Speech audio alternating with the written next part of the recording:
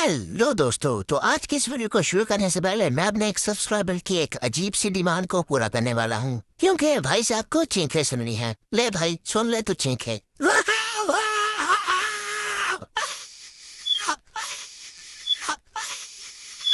I hope कि चीखों ने तुम्हें सेटिस्फाई किया होगा। और अगर जानना चाहते हो कि ये अजीब सी डिमांड किसने की है, तो पिछले एपिसोड के कमेंट्स को जाकर पढ़ो।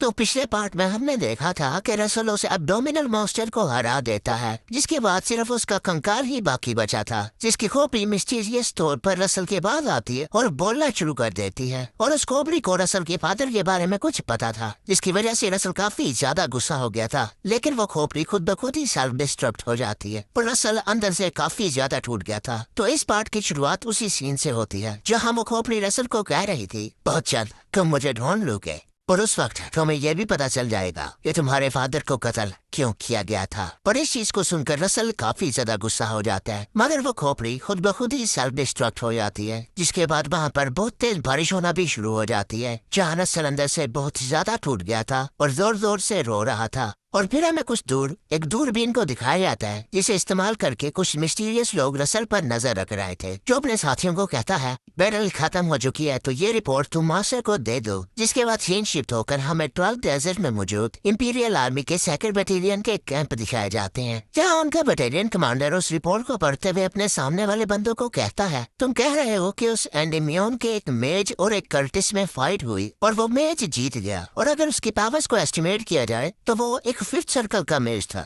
ये कहते हुए वो अचानक से गुस्सा होते हुए कहता है, ओए इंटेलिजेंस ऑफिसर, मेरे मुंह पर क्या पागल लिखा है? और वैसे इंटेलिजेंस ऑफिसर की इतने में ही फट गई थी। तो वो कमांडर अपने साथी पर और भी ज्यादा भड़कते हुए कहता है, एक इतना पावरफुल मेज हमारी टेरिटरी में एंटर भी हो गया और तुमने इस चीज को रियलाइज भी नहीं किया। जिस पर इंटेलिजेंस ऑफिसर उससे माफी मांगते हुए कहता है, हमें माफ कर दें, क्योंकि इस चीज की हमें बिल्कुल भी रिपोर्ट नहीं मिली थी कि एंडेमियन के पावरफुल मेजिस ने कोई हरकत की है। जिस पर उसके साथ वाला पर्सन भी उसे बताते हुए कहता है, हाँ ये चीज पॉसिबल हो सकती है, क्योंकि शायद वो एक न्यू मेज हो। और र्यूमर से हमें पता चला है फ्लेम टावर को एक जर्नलिस्ट मेंबर ने ज्वाइन किया है। अब साथी की ये बात सुनकर इंटेलिजेंस ऑफिसर भी अपने कमांडर को बताता है, अगर ऐसा ही है तो फिर वो फिलहाल ही एकेडमी से ग्रेजुएट हुआ होगा, तो चिंता करने की ज्यादा जरूरत नहीं है, क्योंकि वो हमारे बॉर्डर्स के काफी करीब नहीं आया है। तो वो कमांडर और भी ज्यादा गुस्सा होते हुए कहता है, यानी कि भाई तुम्हारे कहने के मुताबिक वो फिलहाल ही ग्रेजुएट हुआ है, लेकिन इतनी छोटी सी उम्र में ही उसकी पावर 5th सर्कल से ज्यादा है, तो इसका मतलब है कि फ्यूचर में वो हमारे लिए एक बहुत बड़ा कांटा बन सकता है। उस कमांडर की ये बात कहने के बाद हर तरफ खामोशी हो जाती है।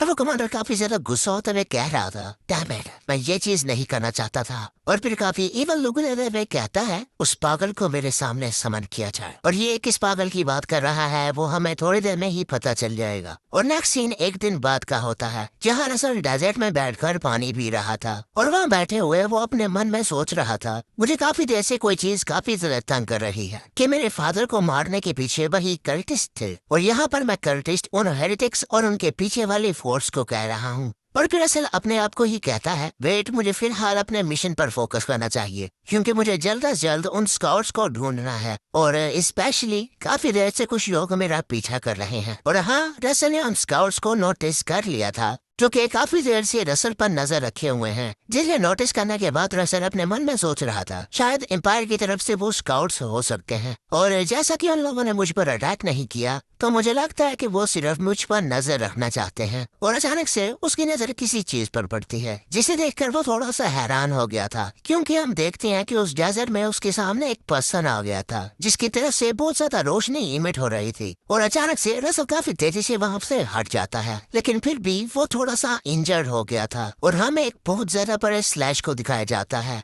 जो कि सीधा रसल की तरफ पॉइंटेड था, जो कि अगर रसल को लग जाता तो रसल के एले लग जाने थे। और उस अनएक्सपेक्टेड अटैक को रसल ने काफी मुश्किल से डॉज किया था और धड़ाम से नीचे गिर जाता है। और फिर काफी हैरान होते भी उस तरफ देखते हुए कहता है, और इसी के साथ उसके सामने एक सिस्टम विंडो ओपन हो जाती है, जिसमें उसे मिशन मिला था, a formidable fool like no other, यानी कि रसल के सामने एक ऐसा ताकतवर दुश्मन था कि जिनके साथ भी रसल ने अभी तक फाइट की है वो उन सभी से ज्यादा ताकतवर है। और रसल को मिशन मिला था कि रसल को वहाँ से एस्केप करना है, जिसका रिवॉर्ड अगेन इंटरमीडिएट ग्रेड के 1 स्टोन्स थे। और उस मिस्टीरियस से पर्सन को अपने सामने देखकर रसल अपने मन में सोच रहा था, नो वे, क्या यह पर्सन स्पैनम है? और हाँ, इस बंदे का नाम स्पैनम है, जो कि सच में बहुत ज्यादा ताकतवर है। और वो पर्सन रसल को देखते हुए मुस्कुराता है और उसे कह रहा था, डेफिनेटली मैंने तुम्हारी नेट पर एम किया था, तो शायद वो रिपोर्ट सच में सच्ची थी कि तुम एक फिफ्थ सर्कल के इमेज हो। और इस पर्सन को अपने सामने देखकर रसल बिल्कुल भी खुश नजर नहीं आ रहा था और वो काफी गुस्सा होते हुए अपने मन में सोच रहा था,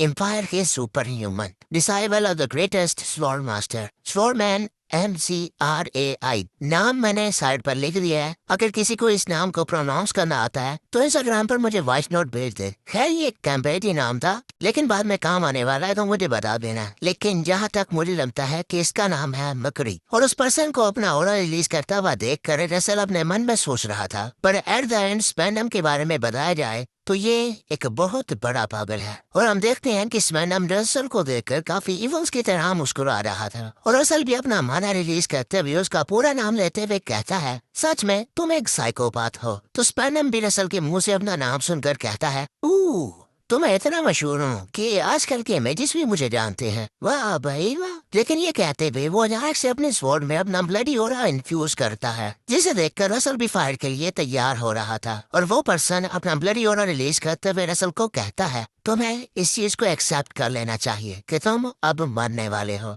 जिसके बाद रसल स्पैनम को देखते हुए अपने मन में सोच रहा था, सैनम की ये क्रिम्सन ओरा, मैं इस चीज को कभी नहीं भूल सकता। और फिर हमें बताने लगता है कि इसने मेरी पिछली जिंदगी में मर्सनरीज के पूरे 2 ग्रुप को मौत के घाट उतार दिया था और मैं भी उस वक्त मरने वाला था। लेकिन उस वक्त मसीहा बनकर एलन पेज आया, जिसने उस पागल के साथ लड़ाई की। और उस वक्त एलन पेज, जो कि उस वक्त सबसे ज्यादा स्ट्रॉन्गेस्ट यंगेस्ट मेज था, उसे भी इस पागल से लड़ते वक्त बहुत ज्यादा मुश्किलों का सामना करना पड़ा था। अगर शोर कर बताया जाए तो ये भाई साहब सच में बहुत ज्यादा ताकतवर है। और प्रेजेंट टाइम में स्पैनम अपनी ब्लडी ऑरा का इस्तेमाल करते हुए रसल पर हमला करता है, जिस अटैक को अपनी तरफ बढ़ता देखकर रसल भी अपनी पावर्स का इस्तेमाल करके 5 लेयर्स ऑफ शील्ड बैरियर बनाता है। लेकिन उस अटैक का उस शील्ड को हिट करना ही था, वो शील्ड एकदम से चकनाचूर हो जाती है, जिस चीज को देखकर रसल काफी ज्यादा हैरान हो जाता है और बड़ी ही मुश्किल से उस अटैक से बच पाता है।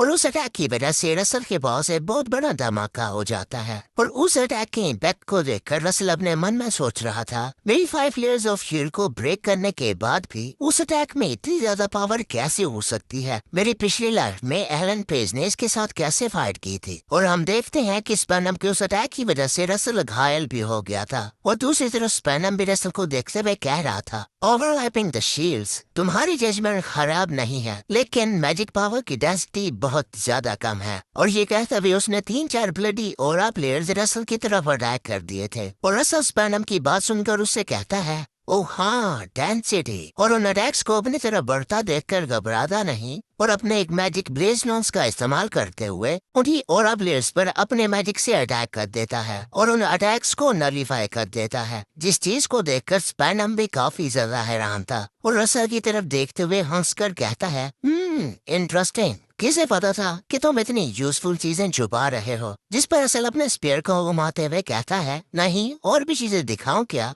ये कहते हुए वो स्पेयर को स्पैनम की तरफ भेज देता है, जिसे देखते हुए स्पैनम अपने मन में सोच रहा था, जब उसने उसे फेंका तो उसकी बॉडी से वो अजीब सा इंटेंट क्या था? रसल की उस अटैक के खिलाफ स्पैनम वोलियर सेंग्यू नाम का एक अटैक करता है, जिसकी वजह से एक फ्लाइंग ब्लड वेव रसल की उस अटैक के साथ जाकर टकरा जाती है और रसल की उस अटैक को नलिफाई कर देती है। और फिर स्पैनम काफी इवल्स की तरह हंसते हुए कह रहा था, मैं जिसके साथ बैटल करने की यही तो अच्छी बात होती है कि वो हर बार कोई न कोई इंटरेस्टिंग चीज इस्तेमाल करते हैं। पर हम देखते हैं कि रसल काफी तेजी से उसके पीछे आ गया था और फिर से उसने ब्लेज लांस का इस्तेमाल करके, जिसमें अब की बार उसने ओवरहीट का भी इस्तेमाल किया था, उसका इस्तेमाल करते हुए वो स्पैनम पर हमला कर देता है। लेकिन इससे पहले कि वो हमला स्पैनम को लग पाता, वो वहाँ से गायब हो जाता है और अचानक से रसल के पीछे आते हुए कहता है, ओह, तो इस चूहे को ब्लिंक का इस्तेमाल करना भी आता है। और इस चीज को देखकर रसल भी काफी ज्यादा हैरान था। और अगले ही सीन में हमें बहुत ज्यादा ब्लड उड़ते हुए दिखाया जाता है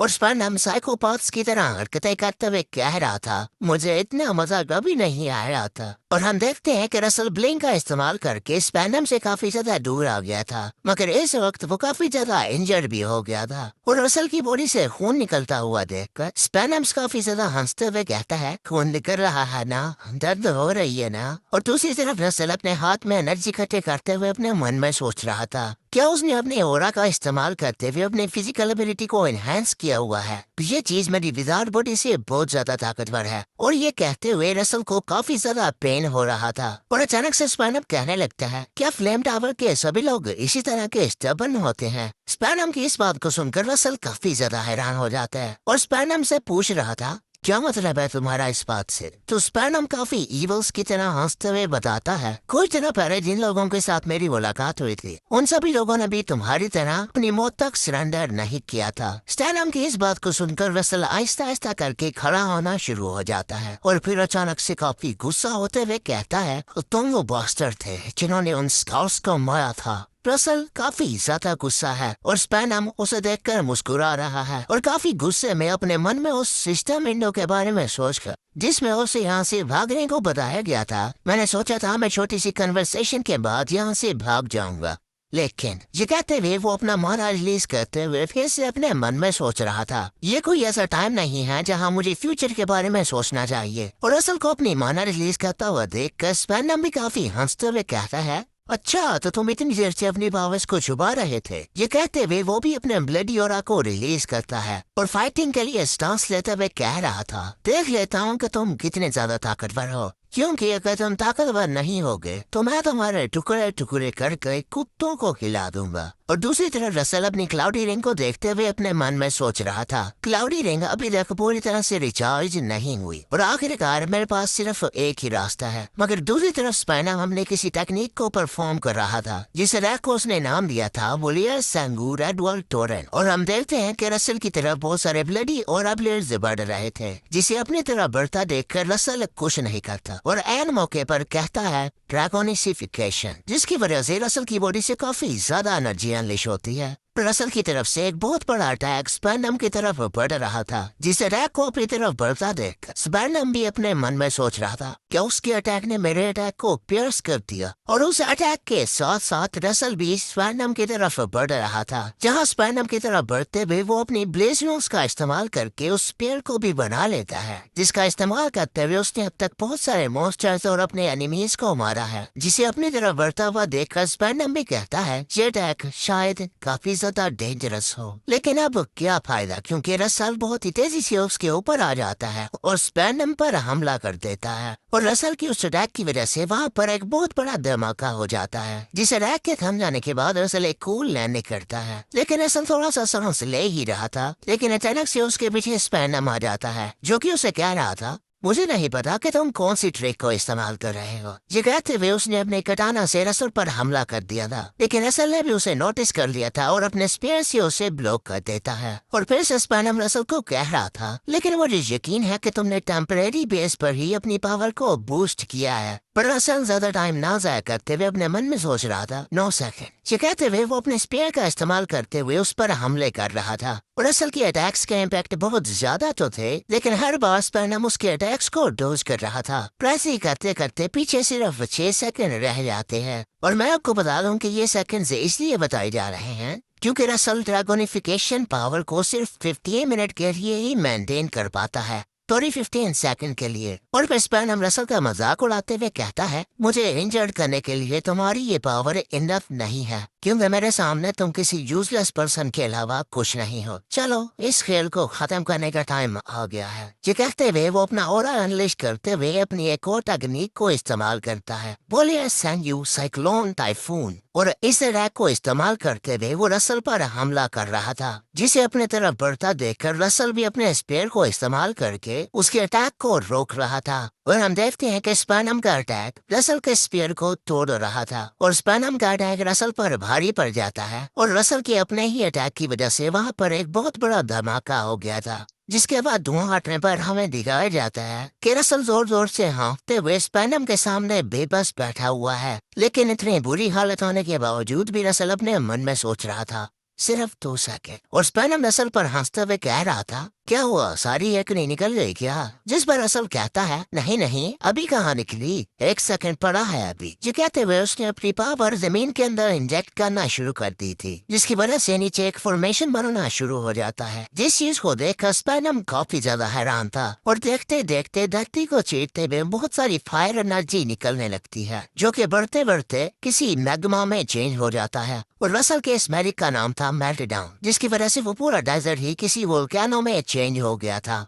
जिसके बाद रसल हमें बताता है कि मेल्टडाउन एक ऐसा मैजिक जिसके प्रिंसिपल्स के बारे में मुझे पहले पता था, मगर क्योंकि इसे 6 सर्कल के मैजिक की जरूरत होती है, इसीलिए मैं इस एडवांस मैजिक को इस्तेमाल नहीं कर सकता था। लेकिन छोटे छोटे एम्बर्स को इस्तेमाल करने के साथ मैं किसी पूरे एरिया को मैग्मा से भर सकता हूँ। और प्रेजेंट टाइम में पेपर ने रसल को उस मैग्मा में भूनने से बचा दिया था, जिसका रसल शुक्रिया अदा कर रहा था। लेकिन पेपर काफी ही मुश्किल से रसल को ऊपर उठा पा रहा था और उसे रसल पर काफी ज्यादा गुस्सा भी आ रहा था। और फिर हमें काफी देर बाद का सीन दिखाया जाता है जहाँ वो मैग्मा शांत हो गया था और रसल भी आसमान से नीचे आ जाता है ताकि इन्वेस्टिगेट कर सके कि वो भाऊ अभी तक जिंदा है कि टपक गया। और अचानक से उसकी नजर स्पैनम की तरफ पड़ती है, जिसकी हालत सच में काफी ज्यादा खराब थी, यानी कि उसकी हाफ बॉडी उस मैग्मा की वजह से डिस्ट्रॉय हो चुकी थी। और रसल उसके पास आते हुए अपनी मैजिक का इस्तेमाल करते हुए उस पर एक फायर एरो तान देता है और उसे कह रहा था, कोई आखिरी ख्वाहिश? जिस पर पहले तो स्पैनम कोई देर के लिए कुछ नहीं कहता, लेकिन बाद में फिर से मुस्कुराते हुए कह रहा था, ये काफी ज्यादा फनी नहीं है, उन्होंने कंट्री की प्रोडक्शन के नाम पर तुम्हें वार में धकेल दिया, मगर उन्होंने तुम्हें यह नहीं बताया कि झंझट से कैसे निकला जाए। और यहाँ पर एक ही कानून लागू होता है, मार दो या फिर बचाओ। और किसी गार्डियन के पाथ को एक ब्लडी रोड से कंपेयर करना बुरी बात नहीं होगी, और मैं तुम्हारा इस ब्लडी पाथ में वेलकम करता हूँ। और स्पैनम की इन बातों को सुनकर रसल को काफी ज्यादा गुस्सा आ रहा था और स्पैनम उसे देखकर मुस्कुराई ही जा रहा था और यही कहते हुए उसकी मौत हो जाती है। R.I.P. स्पैनम, long live in second life. और रसल भी स्पैनम को मरा हुआ देखकर उसे देखे जा रहा था और उसके सामने एक सिस्टम विंडो पॉपअप होती है कि आपने अपने मिशन को कंप्लीट कर दिया है, पर आपको 8 इंटरमीडिएट ग्रेड के माइलस्टोन्स दिए जा रहे हैं। और इसी के साथ हमारा ये वाला पार्ट यहीं पर खत्म हो जाता है। अगर वीडियो पसंद आई है तो चैनल को सब्सक्राइब करो, वीडियो को लाइक करो और ज्यादा से ज्यादा इंटरेस्टिंग से कमेंट करो, जिन्हें पढ़कर मुझे भी मजा आए। अगर इंस्टाग्राम पर मुझे फॉलो करना चाहते हो तो लिंक मिलेगा डिस्क्रिप्शन में, तो जाकर फॉलो कर लो। तो अगला मिलते हैं अगली वीडियो में, तब तक के लिए tata bye bye, take care.